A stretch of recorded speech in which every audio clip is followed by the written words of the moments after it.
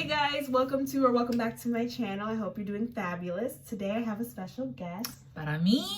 Hi, I'm Esther Alexis. If you don't remember me, I was Lola's friend that she mentioned on her Never Been Kissed episode. Yes. Before some of y'all attacked me for having lied about Never Been Kissed. Lately, we're like that same night, girl, you're a liar. I've seen what you've done.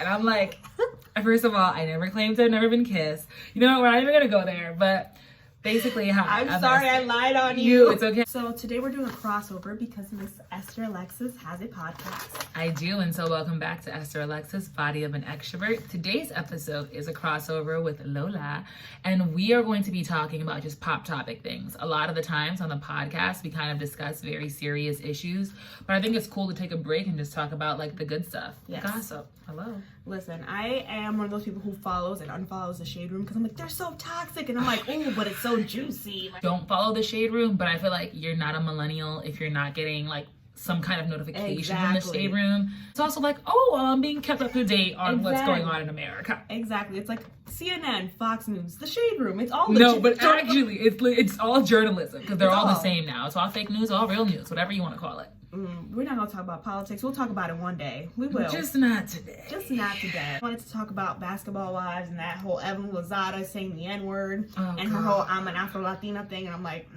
We could talk about your stuff first. Okay. So I like Ratchet TV. It's a problem. It's a problem. This season has been full of like so much colorism. You don't watch it, I'm supposed. I don't. I think I watched it one time when I was in Virginia Beach with my girls for a vacation, and it was just on like a marathon, and I was just like, what is all of this hood shit? It is hood shit. It's just hood bitches doing hood shit. And pretty much right now is that time of the season where they take a girls trip, which they always take a girls trip, and they fight. And there's this girl Cece and Evelyn are exchanging words.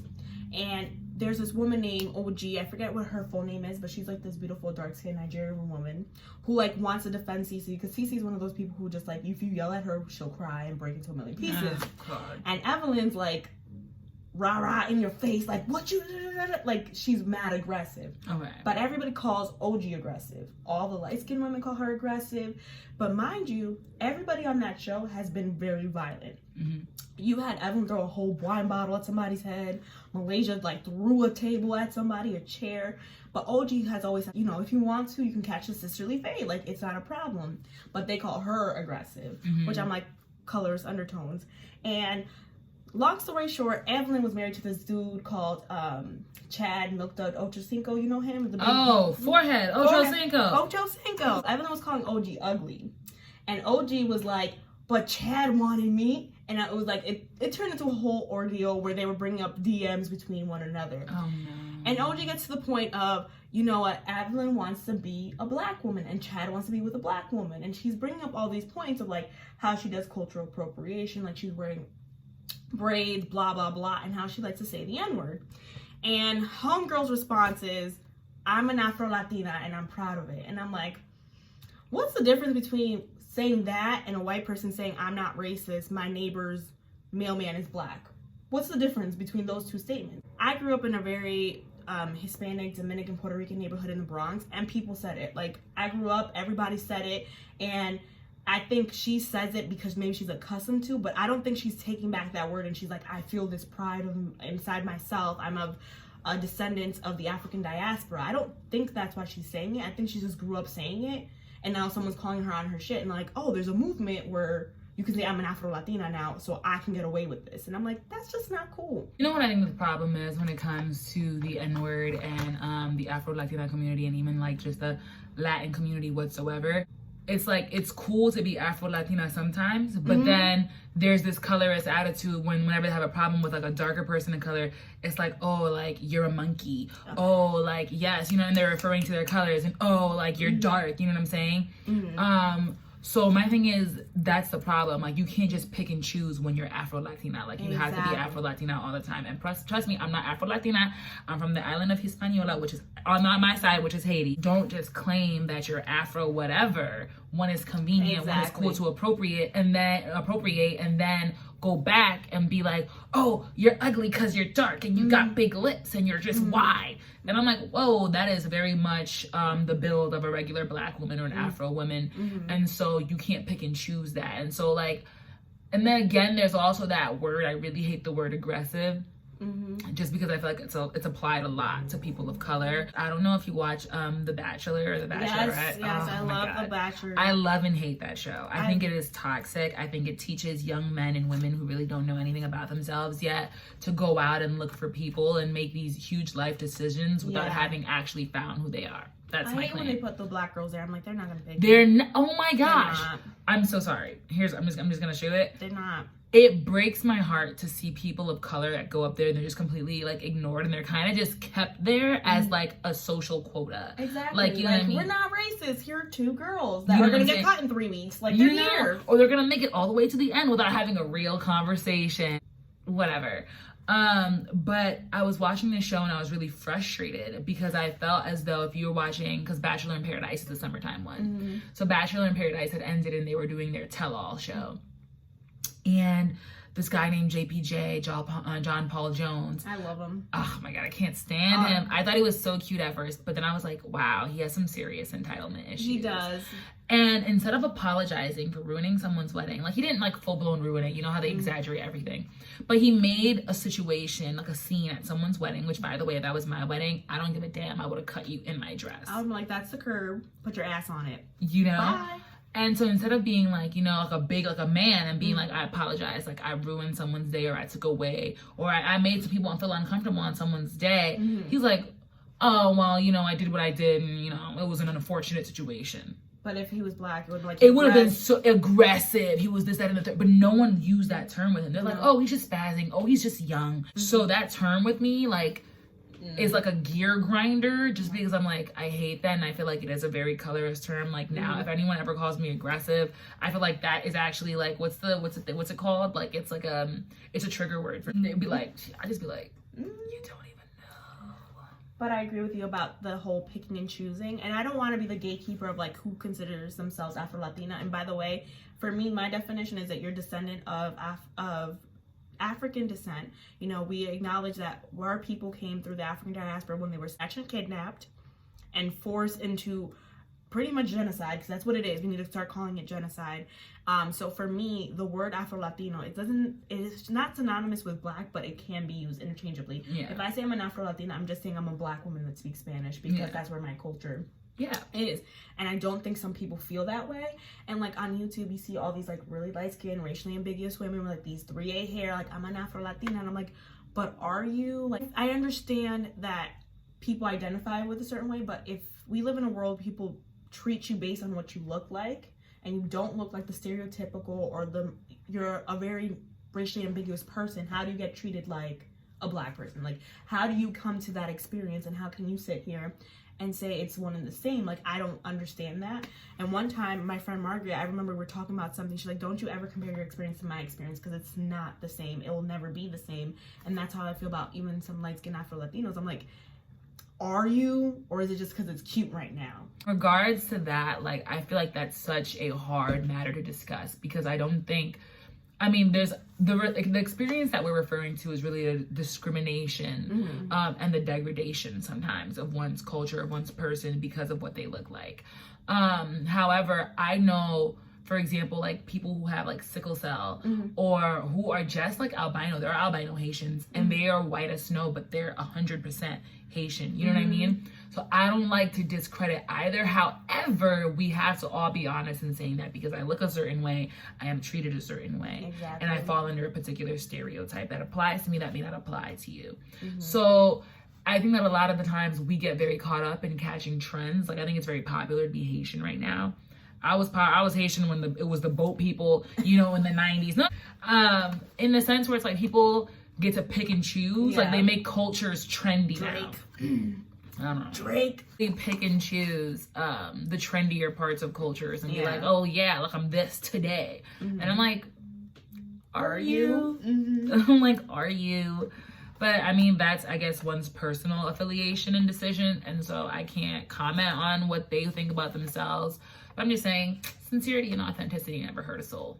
Yeah. My next topic is just something light before we get into the heavy stuff. But Barack and Michelle are celebrating their 27th year anniversary of marriage, which I'm like, you know, me and Michelle are both Capricorn, so I'm like, I hope my husband's a Leo. Like, Barack. I just want what they have.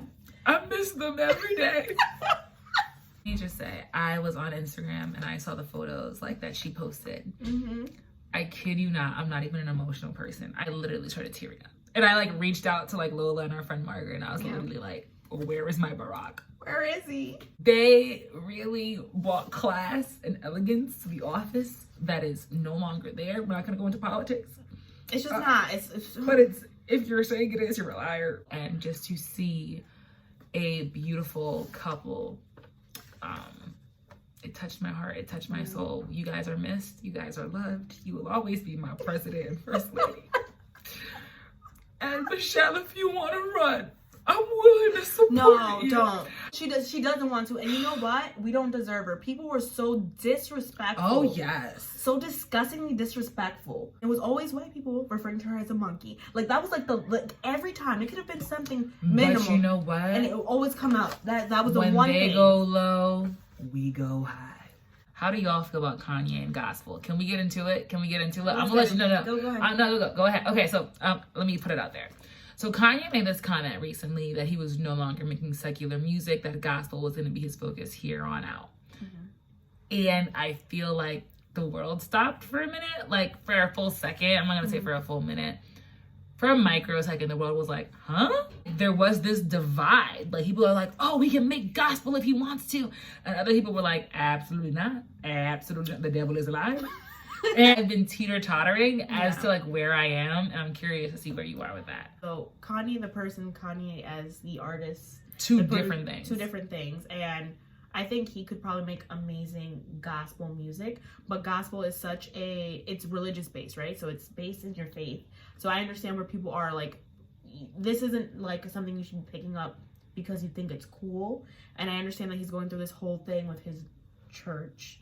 And I hope his heart is in the right place. The intention is there. And I feel like his intentions might be there, but people have always like who've been around Kanye, I feel like they milk him and they steer him down the wrong direction. I think he's surrounded by yes men. Exactly. And if he just did gospel, it'd be beautiful music. Jesus walked. I don't know if you. I mean, to this day, I'm just like, oh, you know. I don't think I heard it. I've not heard this. We're gonna Google it, because if you hear it, you'll know. So I know he can do gospel, and it's gonna be phenomenal. I'm just worried about how he got here. Jesus is nothing to play with, and I don't think he's doing it to be God, even though he had his little moment where he was like Jesus, and I was like, I'm glad you say that.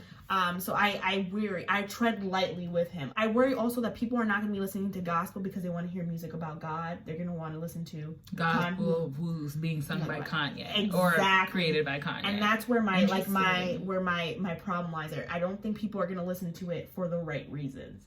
Like, people in church might be like, oh yeah, you know, I feel you, Jesus, I feel your spirit. And other people are like, yeah, this Kanye bumps. And I'm like, no, that's not different. So I get both sides. I really do. I say this because our friend Margaret in high school and post high school was like all about Kanye. You cannot talk about Kanye in front of Margaret. You could not. It was an immediate argument. It was an immediate problem. But she always had her facts. Like, listen, she was prepared. Oh, I know. I think she like used to have like a printed list.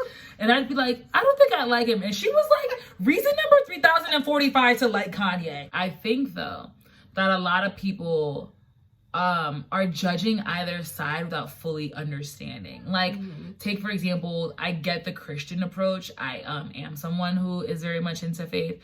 But like Lola said, I think that gospels, particularly gospel music, is based off of one's own faith. Yeah.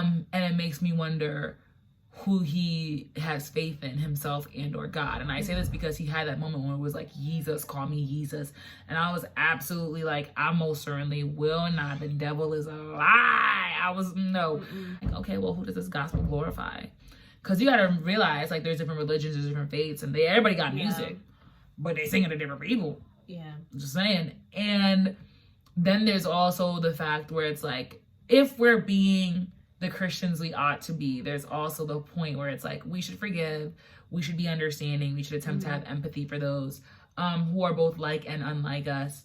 And so no one can be like Kanye can't do gospel. That's what I disliked about it. No, It was like, you can't ban someone from doing gospel because of their past. I'm also curious because I do recall the Coachella incident. Like he had Sunday service there, and he was selling shirts and stuff for like $300, and I was like, that's not godly. I was literally gonna say that scene in the Bible, that thing in the Bible that like, okay, I'm gonna go with scene. That scene in the Bible where like Jesus walks into like the temple and they're like selling things or whatever. Oh yeah, and he the like priest, and he like flips over the table and he's like, no, not in my temple. Facts. And I'm just like, that's interesting. What if they started playing Kanye at your church? You know what? I've had this discussion with my sister, and I'm gonna be honest with you. I would pick up my bag and go. It is not a judgment. It's really not. It's just not for you.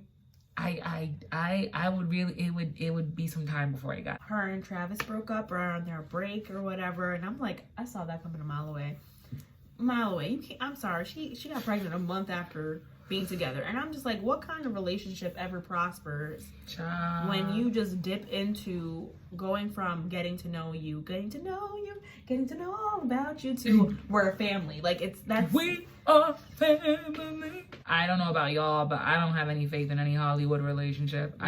I just won't invest faith in it. I don't even know about Will and Jada sometimes. I'm just like, no, I knew you were gonna go there. Like sometimes I'm like, okay. Okay, so Jada had that whole episode on the Red Table Talk talking about her relationship to Will, and was I the only person that was like, this is still ambiguous AF? Yeah. I was like, girl, you either allow each other to sleep with other people or you don't. Just speak the English, speak the king's tongue, woman. Tell me what we do. What do we do to keep each other happy? She was like, we let them see the people? Okay. Just be straight. When she said, I'm gonna be on this side of the Joker with somebody, you gonna be, but we gonna be in this Joker together. I was like, excuse me? No. And I had sent you that video about like non-monogamy being very popular now. Oh my God, no, I can't do it.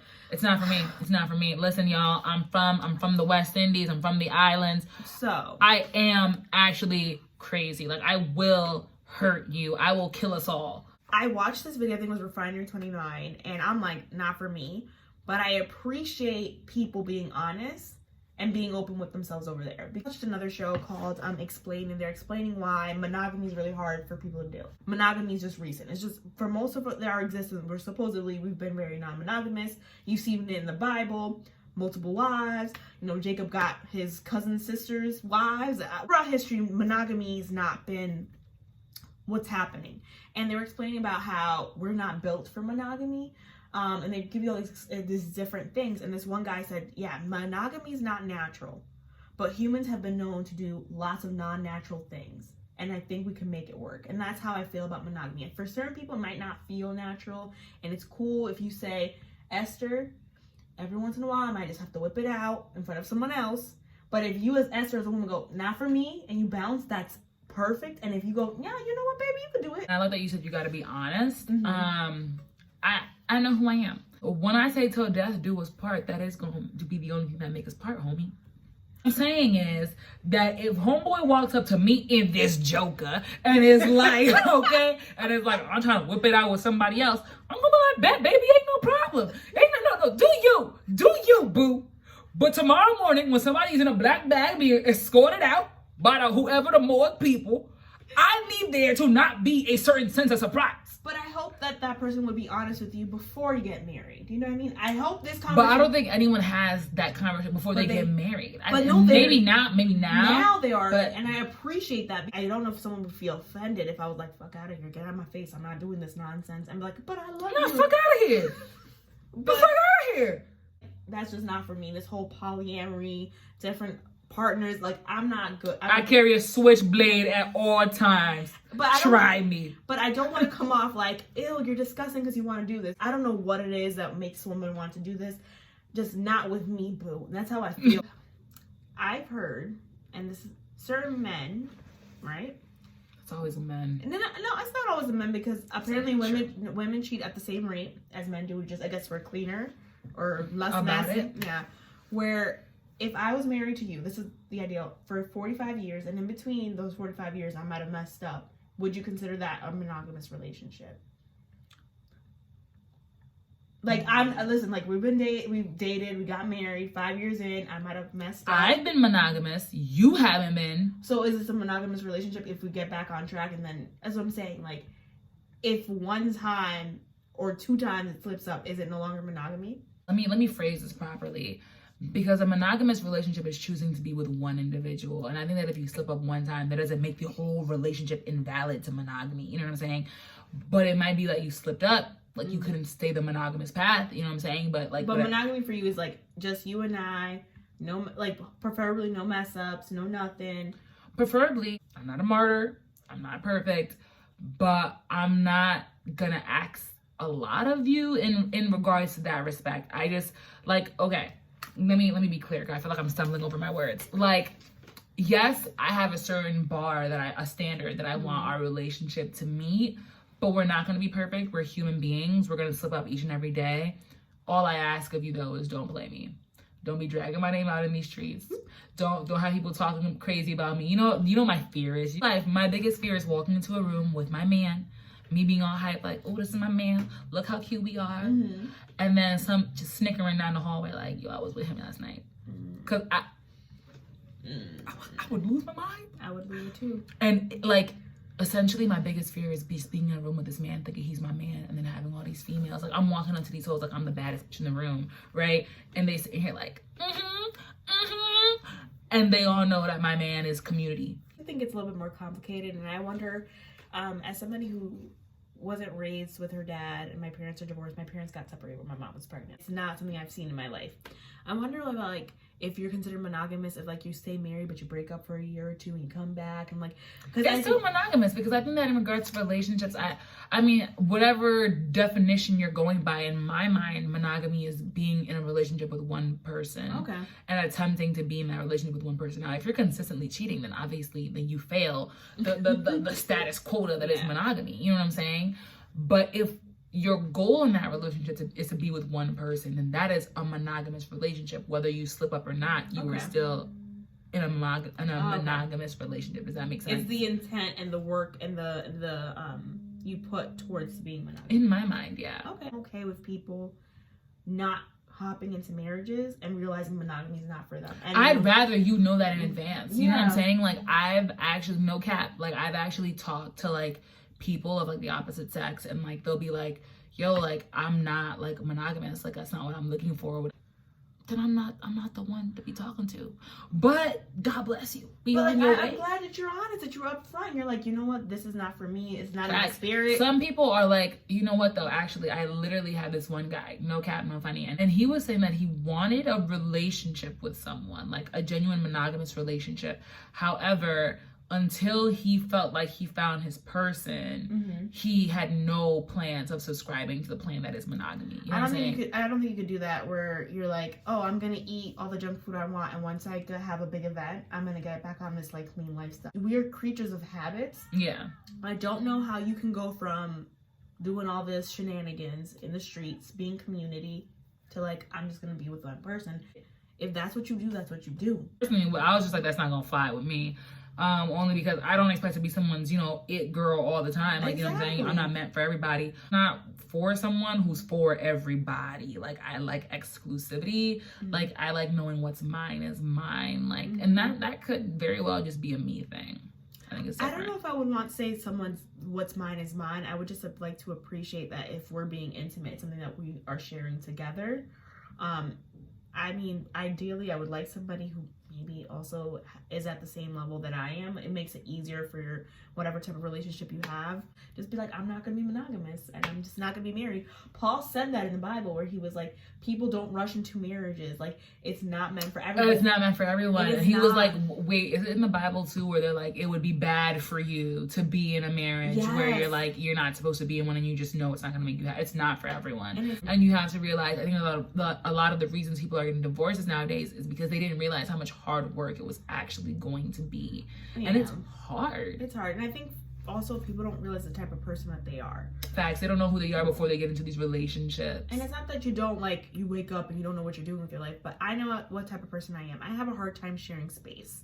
I bumped heads. Me and my sister used to fight all the time. So one of the things that worries me that if I should get married, that I won't be a great wife because I don't know how I'm going to share my space with somebody. That's what we talk about. Like, you should know yourself. Know what type of person are you? Are you compatible? Are you agreeable? And that's just one of the things, like, how will you feel like if you mate with somebody who's messy and doesn't care that his shoes are right down there? I feel like that's what people need to think about before they get married. Are you a person that's able to cohabitate with another and know how to communicate properly? And if you're not, how you gonna fix that? Because I don't know how I'm gonna do that, Esther. I think you could manage. I think I'm passive aggressive, and I don't know if I can. I'm aggressive. I'm passive aggressive. Like, and I just said earlier, I didn't like that term. We now turning this into a relationship talk, guess. because this is long enough to be two different things. Okay. So just saying. But my fear in relationships is more that I am very verbal and outspoken, but I also, in the heat of the moment, like if I get really upset, then I'll just talk out the side of my neck. And it's not nice. It's not polite. Yeah. And I feel like sometimes, and because you're so mad sometimes that like you're out for blood with your words. You know what I'm saying? And you can't take those back. You know what I'm saying? Like, I remember, like, I even have a friend and he was just like, yo, like, you cannot do that. Like, it is not okay. No. He's like, because you weaponize, like, you know what I'm saying? Things that aren't meant to be weaponized are meant to be intimate, and you weaponize them. And once you lose that trust with some people, like, there's no getting it back. There's no going back to that. And so, like, I always try now to, like, no matter how upset I am, to, like, just shut up, because I know I could say something very damaging in that moment. I've developed a bad habit where, like, now I'm mad and I just don't say anything. And I've communicated with people that, like, you just need to give me a moment, because, like, I need maybe, like, a 24-hour period, and then I'll start to communicate and we can have, like, a real conversation and grow from there. But right now in this moment, I have to shut down, because if I don't shut down, I'm gonna blow up. I'm like that right now, where I'm like, I'm just not gonna talk to you about this. Me and my sister, you would literally follow me around when she was angry about something with me, just like, and I'm like, I'm not having this. I'm not arguing with you. Like, I'm not doing this. She would walk in here. I would lay in my bed. I'm like, okay, that's fine. I'm gonna watch some Netflix. I'm cool on that. I would leave and get in my car. I'm one of those people. I feel like I would get into a fight, or my husband would fight with me, and I would just leave. I don't hold grudges. That's my good thing. Is that I get over things really, really quick, and that's also a problem with me with my whole word thing, is that I'll say it, and then tomorrow I'll be like, hey, boo. And he's like, bitch, boo. Like, yesterday you called me the spawn of Satan. I don't know if you know who Kristen Bell and Dak Shepard are. Yes. I love them. And he has, Dak Shepard has a podcast called, The Armchair Expert. And they were talking about on this podcast how, and even on Ellen's show, whatever, how she used to have this storm out thing. Like, she would storm out. Like, when she said her piece, she was like making a grand exit. And one day he was like, you've got to stop doing that, because like, it's not going to work. Like, I'm not going to stand here and be disrespected. Like, I just won't. And it's funny because I kid you not, like, I didn't used to storm out, but I'd be like, and I'm leaving now. Great. Oh, yeah. Like, I would storm out, but quietly. I believe in a quiet storm, y'all. Yeah. Nothing is more, like, final to me than, like, and I'm leaving now. And, like, you're just left standing there. Yeah. And my friend Jacques was like, absolutely the fuck not. Really? He was like, no, I'm talking to you. Like, don't do that to me in a conversation. I also when I get angry, I don't know what it is, but I cry. So I feel like this throat, right, like this thing right here, and I go, like that, and I'm like, in a fight, if you look like you're gonna cry, you've already lost the fight. So I'm like, you know what? No tears. I'm gonna be here like. Something that I've been working on, though, because I think that once you know what your weakness is, you should work on it. But even then, you gotta pull yourself back. I say this because I've been single for what? Wow, it's been a while. I've been single for like, what, 7 years? Wow, really? Yeah, like, I've been talking to people, but I haven't been with anyone for, like, I want to say 7 years. How old am I? 24?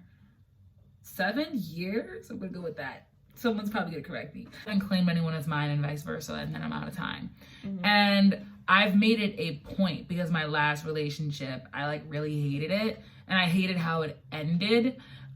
So I was like, not that I wanted to be with him in the end, no, we very much needed to be apart. But I like had to sit myself down and I was like, okay, I'm accountable for certain parts of how this relationship went, because it wasn't just him. It was mostly him, but it wasn't just him. Ever since then, though, I've made it a serious point to be like, this is a problem that I have. I need to work on it for myself and while I'm single before I bring it into a relationship with someone, because that's not fair to expect someone to deal with that kind of thing. Like, you know what I'm saying? Especially if you know it's your bad suit. So if you know, like, you're like, or you'll just leave. Like, then you've got to work on, in the moment, expressing yourself. Like, whenever you're dissatisfied, be like, you know what, I actually really didn't like that. Like, that was not solid. That was not cool. And I'm not going to let it walk away. Like, I need to express myself. And if you're a real person, like, as in if you're respectful of me, then I expect you to be here and hear me out. Well, I want to thank Esther for coming by. She will be back. We will finally do that whole relationship. We'll do a whole video just about relationships. I feel like we should do this today. I feel like Let's do it then. Okay, let's do it. Okay, so y'all gotta get a video. We're gonna get another video. Boop. But we're gonna stop this video, right? Or yes, we're gonna stop this video. It's mad. So we'll catch you in the next video in like 5 seconds. All right, well, thank you so much for joining us on Esther Alexis, Body of an Extrovert. We'll see you next time.